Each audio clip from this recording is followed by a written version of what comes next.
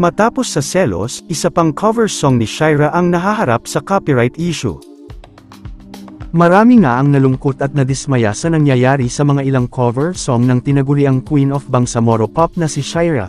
Una nga ay ang kantang Selos kung saan ay nagkaroon nga ito ng issue na may kaugnayan sa copyright. At mukhang hindi nga dito nagtatapos ang copyright infringement ng singer na si Shira Moro.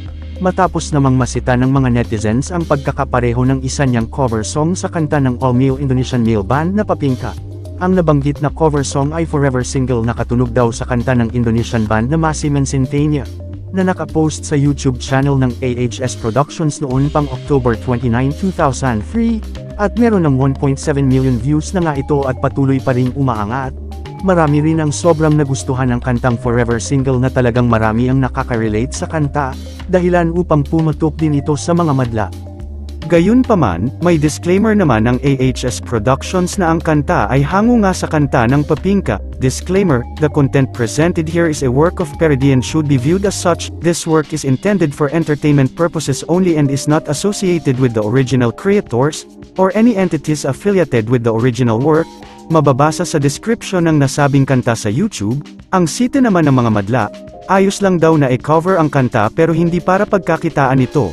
Lalo't in-upload din ito sa Spotify. Matatandaang nahaharap sa kritisismo si Shira at ang AHS Productions, dahil sa pagkakahawig ng selos sa Trouble is a Friend ng Australian singer na si Lenka, kaya naman voluntary na umano na binura ng kampo ni Shira ang nasabing kanta sa lahat ng online streaming platforms gaya ng Spotify at YouTube.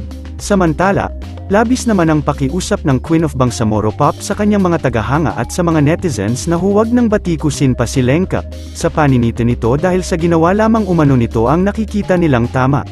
Sa ngayon ay umaasa naman ang mga madla na sana ay mabigyan at magkaroon ng original compose na kanta si Shira upang sa ganon ay maipakita umano nito ang tunay na dekalidad na kanta at husay sa pag-awit, na walang kagaya o katunog nang sa ganon walang magiging problema pagdating sa copyright issues. Ayon naman sa komento ng ilang mga netizens, maganda ang boses ni Shira, kailangan lang umano niya ng original composer, at original songwriter nang sa ganon maipamalas ang tunay niyang galing sa pag-awit at nang di na maulit ang problema sa copyright claim.